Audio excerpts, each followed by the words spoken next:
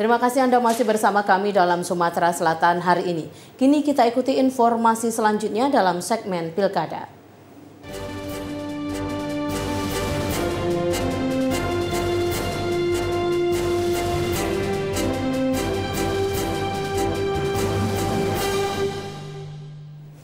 Kita ke Kota Prabu Muli, saudara. Warga Desa Pangkul berdesakan mendapatkan paket sembako murah. Pasar Murah Bahagia dan Bazar ini digelar dalam kampanye paslon Gubernur Sumsel Herman Deru Ciujang. Ratusan warga rela antri dan berdesakan demi mendapatkan paket sembako murah dalam kampanye HDCU Desa Pangkul, Kota Prabu Muli. Warga saling dorong karena khawatir tidak kebagian paket sembako. Sedikitnya ada 600 paket sembako yang disediakan dalam Pasar Murah Bahagia ini. Marjana, salah seorang warga, mengaku paket sembako murah ini ditebus seharga Rp5.000. Paket sembako berisi 2 mie instan, setengah kilo gula pasir, dan setengah kilogram minyak goreng. Hal serupa diungkapkan Yanti. Menurutnya pasar murah ini sangat membantu masyarakat dan berharap dapat terus digelar sehingga dapat membantu perekonomian masyarakat. Setengah kilo minyak makan, setengah kilo inter mie goreng, Bu. Berapa harganya tadi, Bu? Rp5.000. Rp5.000. Mahal atau murah itu, Bu? Murah. Dari siapa nih, Bu? Dari Pak Herman Deru. Oh, iya. Bu. Gula, sama minyak sayur, mie instan. Apa bisinya minyak berapa, Bu? Minyaknya 1 kilo. Berapa beli, Bu? Rp5.000. Dalam pidato politiknya, Herman Deru berkomitmen meningkatkan ekonomi di Sumatera Selatan. Ada 3 lokasi kampanye Herman Deru di Kota Prabu Muli, yakni di Kelurahan Tanjung Raman, Desa Pangkul, dan Kelurahan Patih Galung. Oldi Efriansyah, TVRI Sumsel melaporkan.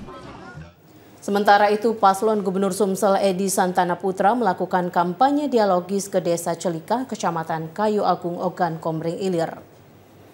Dalam kunjungannya, Edi Santana Putra memprioritaskan kesehatan sebagai program kerjanya.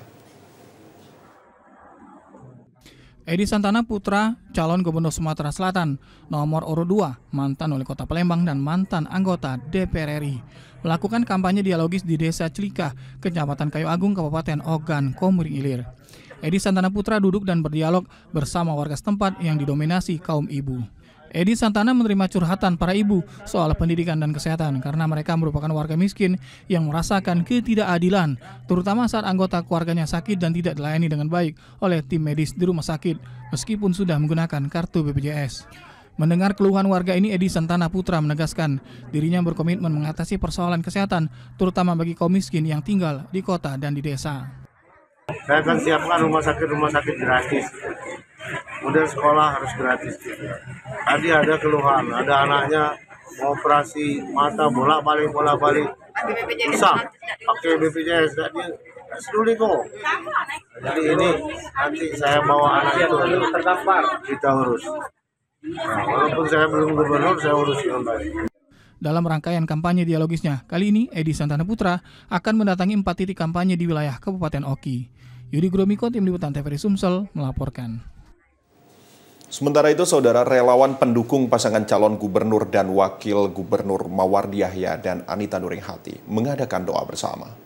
Doa bersama yang diikuti seluruh relawan ini dilakukan dalam rangka memenangkan paslon Matahati.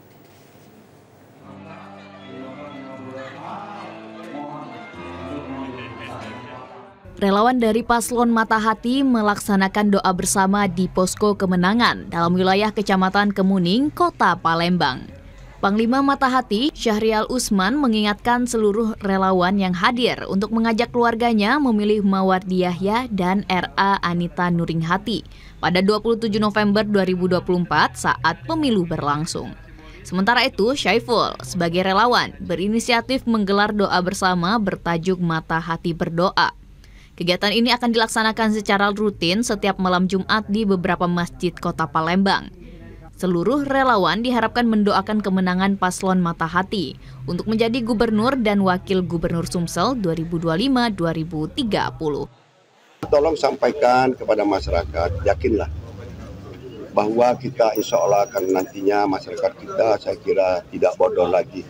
dalam berpikir, dalam menganalisa, insya Allah nantinya akan hadir gubernur-gubernur tentunya yang akan datang ini terpilih gubernur yang terbaik dari yang baik insya Allah. Calon gubernur nomor urut 3, Mawardi Yahya menilai masyarakat sudah cerdas sehingga gubernur dan wakil gubernur terpilih nantinya adalah yang terbaik dari yang terbaik.